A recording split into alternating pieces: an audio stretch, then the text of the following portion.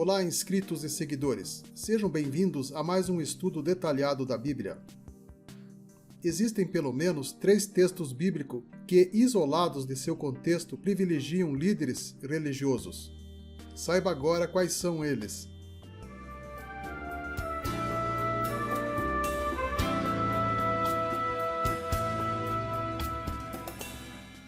Se você criticar, não concordar ou denunciar erros doutrinários de algum líder religioso, pastor, bispo ou apóstolo, você pode ser castigado por Deus e até morrer.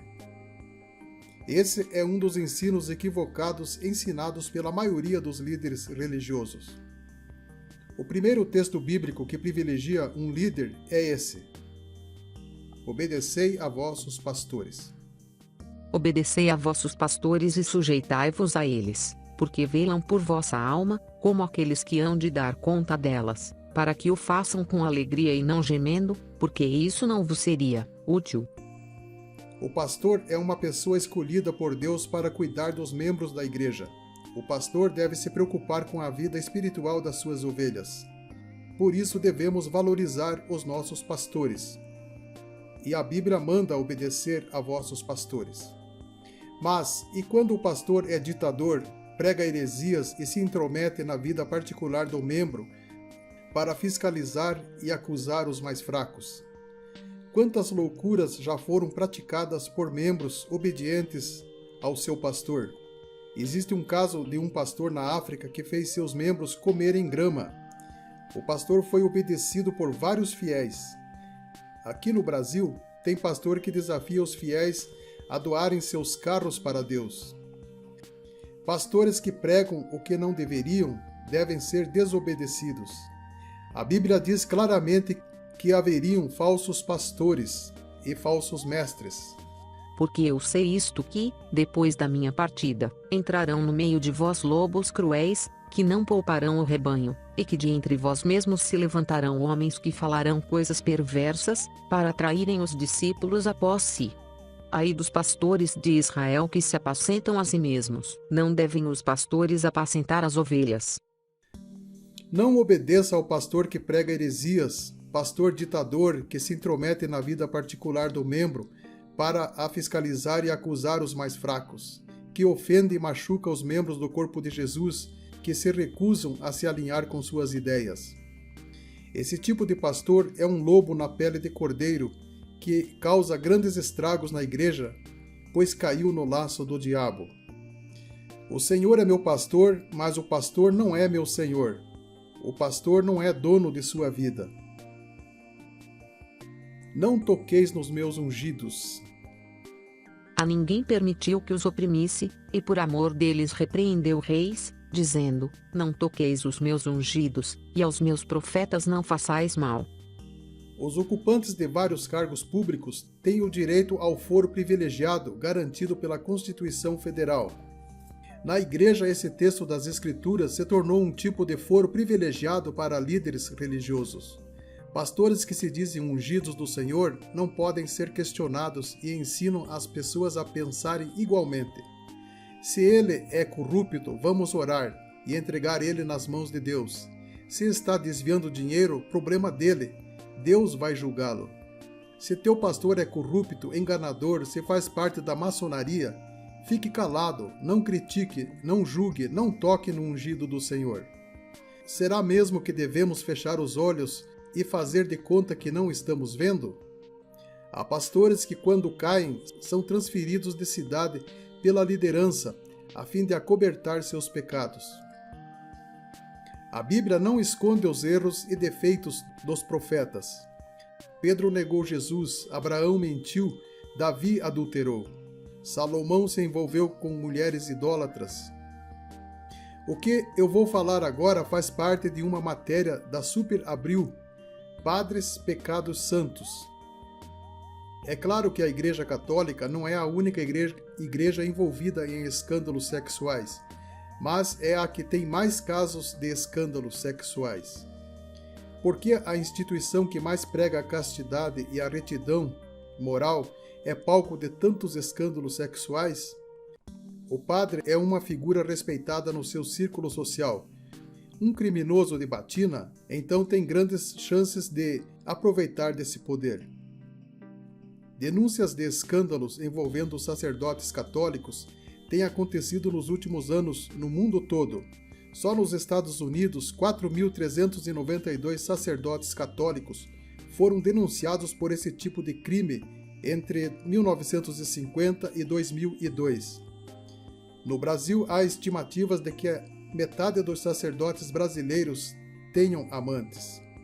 Nos Estados Unidos, a Arquidiocese de Boston foi condenada em 2002 a pagar 85 milhões a 552 vítimas. Em 2007, a de Los Angeles desembolsou 600 milhões de dólares para 500 pessoas molestadas por sacerdotes. Em muitos casos, a cúpula da igreja mantém-se silenciosa, preocupada em manter a imagem da instituição. E só a cúpula da igreja pode julgar os pecados cometidos por seu clero, e isso dificulta que os crimes sexuais sejam levados à justiça. Pastores têm advogados para os defenderem. Se Deus castiga, por que é que alguns pastores têm advogados para os defenderem? Existem alguns youtubers que foram processados por fazer vídeos criticando uma denominação ou pastores. Além do youtuber ser castigado por Deus por tocar no ungido, ainda leva um processo. Quando um pastor é caluniado, perseguido, não deveria acionar advogado e sim orar pelos que vos perseguem. Bem-aventurados sereis quando os homens vos aborrecerem, e quando vos separarem, e vos injuriarem, e rejeitarem o vosso nome como mau, por causa do Filho do Homem. Quando um pastor é caluniado, perseguido, não deveria acionar advogado e sim orar pelos que vos perseguem. O que significa tocar no ungido do Senhor? Tocar no ungido não é falar mal, criticar, discordar, perseguir, mas refere-se a tocar fisicamente. Davi, quando perseguido por Saul, quando teve a oportunidade de matá-lo, não tocou em Saul com sua espada. A questão não era tocar em Saul por alguma posição doutrinária, mas o que estava em questão era sua vida. Para quem era a advertência? O texto isolado de seu contexto, que privilegia líderes, foi escrito para as nações que ameaçavam Israel. Era, por exemplo, um aviso para reis como o faraó que queria escravizar o povo de Deus, quando eles andavam de nação em nação. Quando andavam de nação em nação, e de um reino para outro povo, a ninguém permitiu que os oprimisse, e por amor deles repreendeu reis, dizendo: não toqueis os meus ungidos, e aos meus profetas não façais mal. Quem são os ungidos? O texto fala que os ungidos eram o povo de Deus, não era apenas Moisés. Todo crente que aceita Jesus como seu único Salvador é um ungido do Senhor. Não são só os pastores que têm autoridade para orar por enfermos, nem para expulsar demônios. Eu nunca fui pastor e já expulsei demônios de algumas pessoas. Também orei por algumas e foram curadas. Então tocar no ungido não tem nada a ver com discordar ou criticar erros doutrinários de pastores. Em muitos casos, quem toca nos ungidos são os líderes corruptos, que envolvem a igreja em escândalos. Os profetas Jeremias, Ezequiel, João Batista denunciavam reis e sacerdotes quando fizeram duras críticas aos pastores de Israel. Estariam eles tocando nos ungidos? Então vamos agora para o terceiro e último texto isolado de seu contexto. Não julgueis. Muitos cristãos, ao ver que seu pastor está em pecado, se cala porque acha que não pode julgar e ainda repreende quem se levanta contra. Jesus se referia ao julgamento hipócrita, quando o irmão vê um cisco no olho de seu irmão e não percebe que no seu olho tem uma trave. É a pessoa que só vê defeito no outro, mas ela mesma não enxerga o seu próprio erro. Jesus está ensinando que se eu estou cometendo adultério, eu não posso julgar o irmão que também está em adultério. Jesus está dizendo que eu só posso julgar o irmão caso eu tenha tirado a trave do meu olho. Se eu não estou traindo minha mulher, eu posso reparar no irmão que está traindo.